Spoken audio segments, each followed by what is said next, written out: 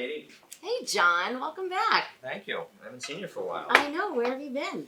Well, that's one of the things I want to sit and talk to you about, believe it or not. I went out and did a training Oh, called wow. Peer Support. And I've heard that the time I've been gone over this past week or so, there's been a few difficult cases here. And You could say that. I also saw you've been on a stretch of shifts, too. And you know how crazy it is. There's what else are you gonna do? You know, people need care. We're gonna Yeah. show up.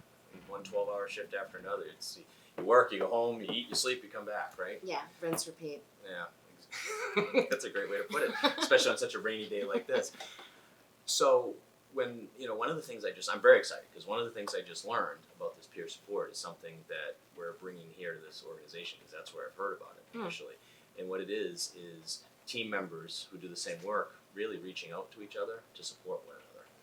And the fact that all these bad cases have happened in succession kind of demonstrates the need for this, right? Yeah. I've actually I've heard a little bit about this with former colleagues at other institutions, and I don't know. I feel like I can go either way on it. I feel like some of it we do naturally with debriefs after difficult cases, and honest to God, John, like sometimes the last thing on earth I want to do is talk about this again. Like I just need to.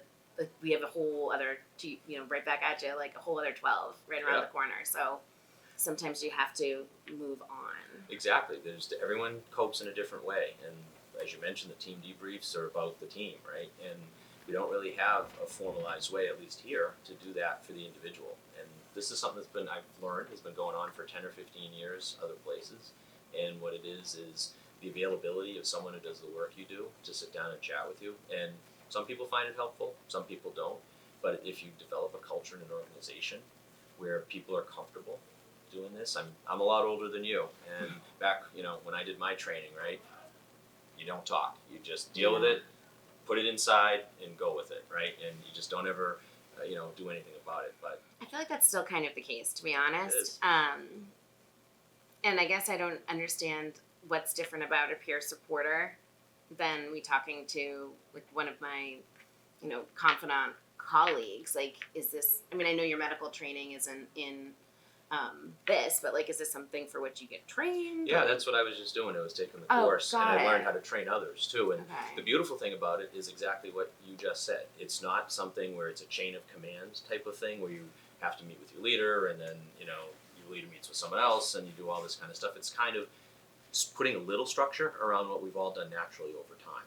So it's just a way to really kind of have a way that we all can have an outlet if we need it. It's not something that everyone needs all the time, but it's just somebody there to be there and to listen. And like, what do we do? Like, do you come with an agenda? Is this like? No, we just sit down and really, from the peer supporter side of things, it's really about listening.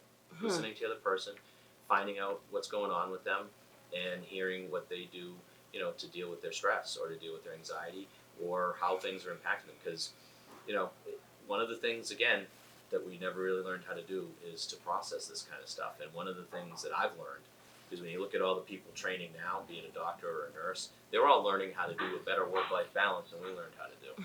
And they've all learned... What balance? Exactly. They've all learned how to communicate, about things that are going on in a different and probably a healthier way than we ever learned. So this is kind of catch up. Yeah. We're learning some of the stuff that we're trying to teach others. Again, like I've definitely heard about this. It's and honestly, having this conversation come from you, it means something, and I don't know. I'm gonna take a deeper dive on it. Well, it's great. My reputation. I'm one of these guys, right? Everything just brushes off his back. Nothing bothers him, right? He just always goes along. But this is something that I found really helps me with my stress and anxiety is to sit and chat with others.